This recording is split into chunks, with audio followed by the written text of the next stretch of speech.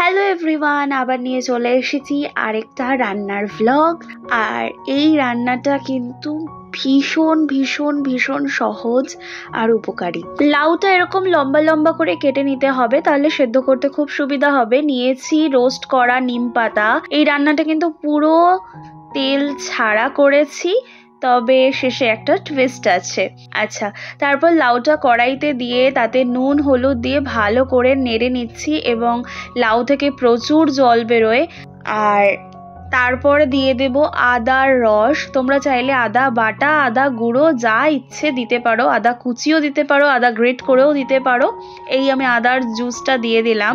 তারপর দিয়ে দিচ্ছি 2 চামচ তিল আর 1 চামচ 5 ফোড়ন ড্রাই রোস্ট করে গুঁড়ো করে আমি সেটা একটু জল দিয়ে পেস্ট করে রেখেছিলাম, সেটা দিয়ে ভালো করে কষে নিচ্ছি।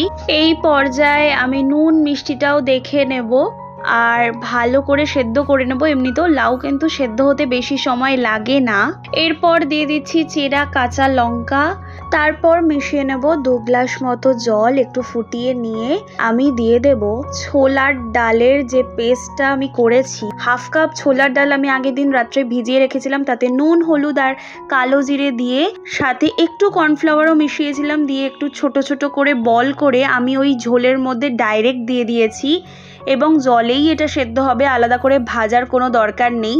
তারপর অল্প একটু কর্নফ্লাওয়ার জলে গুলে দিয়ে দিয়েছি, এতে ঝোলটা একটু ঘন হয়ে যাবে। তারপর দিয়েছি 1 চামচ মতো ঘি। গ্যাস অফ করে দেব। মোটামুটি আমার রান্না প্রায় কমপ্লিট।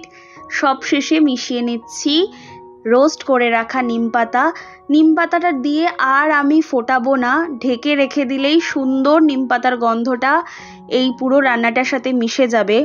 খুব সহজ একটা রান্না, আশা করি সবার ভালো লেগেছে। ফিরে আসবো নতুন একটা ভ্লগ নিয়ে খুব তাড়াতাড়ি। Bye bye.